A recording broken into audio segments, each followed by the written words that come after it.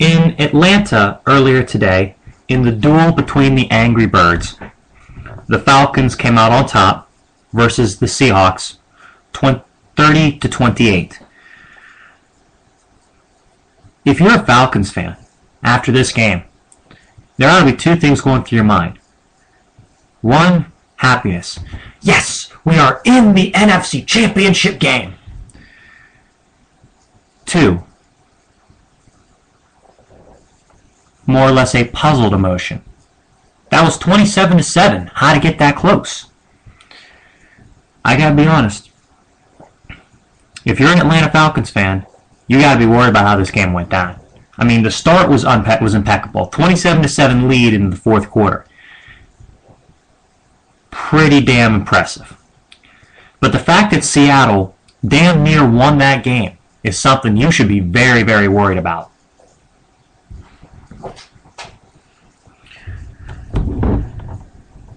Marshawn Lynch in the game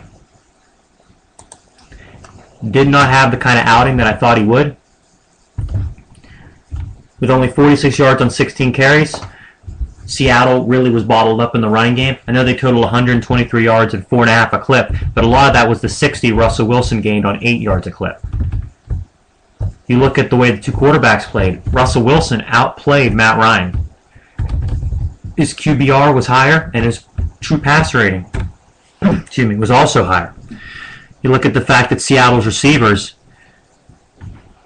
their passing game netted 385 yards. Matt Ryan only 250. And Seattle's pass rush was just completely absent the whole game. They hit the quarterback once. See, a lot of people felt that Seattle being able to go into Washington meant that they could probably go into Atlanta. They didn't think Atlanta was very good and that Seattle was a better team. Believe me, if Chris Clemens was playing, I would have picked Seattle. But the Seahawks had no pass rush. And I don't care if you're playing Matt Ryan, Tom Brady, Peyton Manning, whoever. If you don't get a steady pass rush to the quarterback, you will get sliced and diced all day long. And Matt Ryan may have thrown 2 picks and almost cost him the game. But for the first time, he didn't play really poorly in a playoff game, and look what happened. They won. But I gotta say, the Falcons' running game, huge in this game. Jacquizz Rodgers, 64 yards. Michael Turner, 98. His best game in a long time. 167 total at 6.4 yards a clip. I thought that, for the first 3 quarters, Atlanta was just playing unbelievable football. They were just on fire. They really couldn't do anything wrong. And then once Seattle started to wake up, and that defense played a little better, and Russell Wilson got his act together, got close. It really got close in that game. I mean, I didn't expect, even after the 2 touchdowns in the fourth quarter, the first 2, that Seattle would win. I didn't think that Seattle would win. I thought Atlanta would still hold on. I thought maybe they'd get another score and that'd be the end of it. But Marshawn Lynch with that 2-yard run to give them the lead with 31 seconds left. I mean, personally, for my numbers to be better this postseason, I wanted Atlanta to win, but honestly, the team that I wanted to win more was Seattle. I really didn't root for any one of the 2 teams. I just sat back and enjoyed the game, because I picked Atlanta even though I wanted Seattle to win, because I liked Seattle more than Atlanta due to my loyalty to the New Orleans Saints. But back to the game. I was not worried, honestly, when Marshawn Lynch scored that touchdown. Here's why. Because I've seen Matt Ryan do it 2 to 3 times. He's got 40 seconds left. He's got 80 yards to go, and he gets them a game-winning field goal because he drives them deep into the field. The pass to Gonzalez, the last one before they kicked the field goal, the defender wasn't even looking for the ball. He was completely turned around, and Gonzo was even though there were a couple guys around him, none of them were paying a lick of attention, and he was wide open, apparently. It seemed like he was wide open. I probably could have completed that pass. When the defensive back is next to the receiver, and he's turned around, and the receiver's, in the middle of the field, then it's as good as him being 20 yards apart because the defensive back's not going to turn around in time to react to the football, and you're going to have a first down depending on where the receiver is. And then Matt Bryant kicks the field goal, and then Seahawks eventually throw last-second interception to Julio Jones, which was kind of weird seeing his name down as the one guy who got an interception for Atlanta in this game. But, you know, it worked.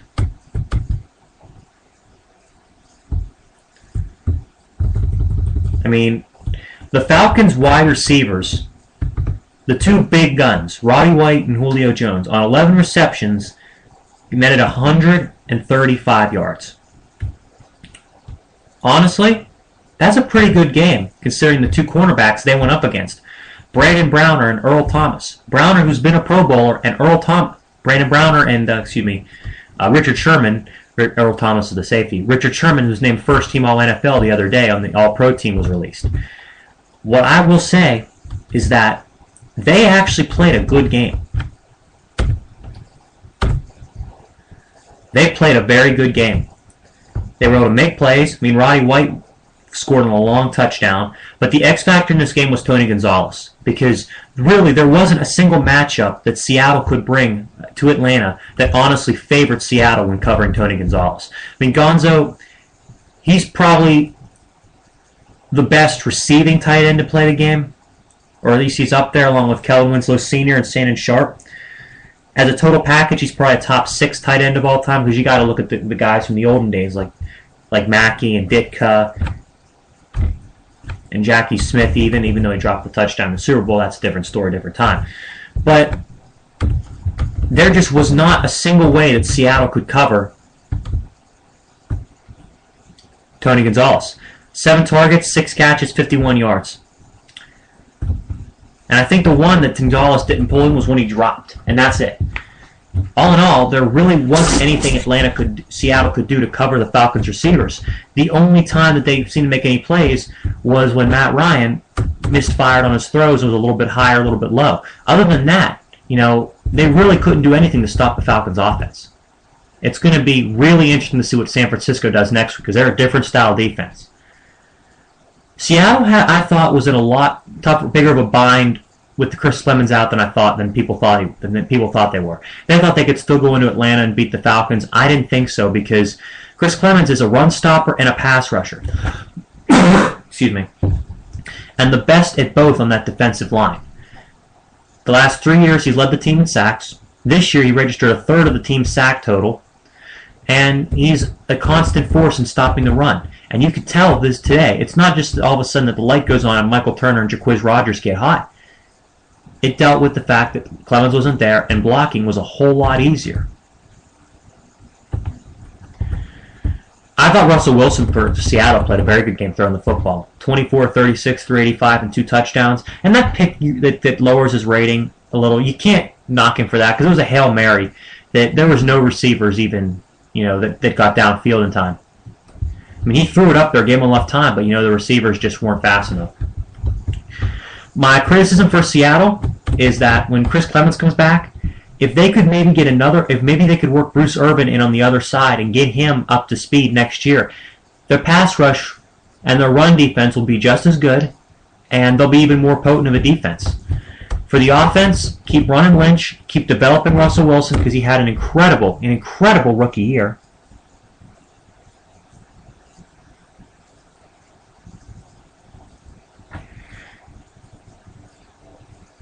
And then you look at the receivers. There's really only one thing I see wrong with this Seattle team, and that is the receiving corps. You need to upgrade it just a little bit, because Doug Baldwin's a good number 3 receiver. Sidney Rice and Golden Tate, they're starting. Neither of them are true number 1 wideouts.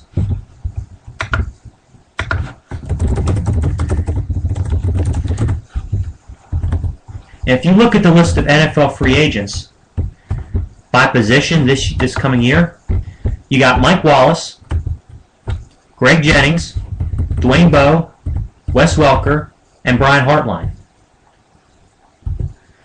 Now, unless Miami can re-sign Hartline, Welker will probably be back in New England. Roy will probably be back in Kansas City. Wallace and Jennings are not going to be back with their teams. I see no scenario, nor do I want to see one where Wallace comes back to Pittsburgh. And Greg Jennings, I don't think he'll come back to the Falcons. Not to the Falcons, to the Packers. But for Atlanta going forward, I got to say that I don't know if it was so much the lack of rush from Seattle or the ability to protect Matt Ryan, but the offensive line for Atlanta played pretty well today, particularly blowing the Seahawks off the line of scrimmage and making the run game a real factor and real dominating. But next week they're going to be going against a completely different monster in the San Francisco 49ers. I'm going to have to do research on that game because as of right now, between the Niners and the Falcons, I can't tell you who I honestly think is going to win that game because you've got so many reasons to pick both teams. But anyway, Matt Ryan, the only criticism I have of him was the interceptions. The one interception to Wagner was a stupid throw, and the one that Earl Thomas got was the same way that RG3 threw a pass that got picked off that changed momentum in Washington last week. The more that I think about it, I think this playoff win is huge for Matt Ryan. The monkey is finally off his back, and I think he will come out next week on Sunday and play loose, relaxed, and that gives the Falcons a real edge when he's playing relaxed. But Julio Jones and Roddy White, I thought they played well. I thought this team definitely played well, made enough plays to win. Seattle coming back, I think a little bit of concern would be Atlanta getting ahead of themselves. But if I could say the one thing in this game that really was vindictive for how well Atlanta played has to be the yards per carry in the ground. I mean, anytime you run the ball 26 times in a game, you got to expect that you're probably going to be around 100. But they almost hit 170. There were 26 carries, 167 yards, and 6.5, pretty much 6.5 per clip. But the Atlanta rushing attack has pretty much been in neutral all season. If they can establish a running game the rest of this postseason, I don't honestly see anybody stopping down that offense because they're not going to have to go outdoors and all because the NFC Championship game is at home, and if they beat the Niners and go to the Super Bowl, that'll be in New Orleans. You're going to have a hell of a time stopping this offense if the running game stays consistent. Will Frisco allow them to do that? That remains to be seen. But all in all, I liked the fact that Atlanta could run the ball.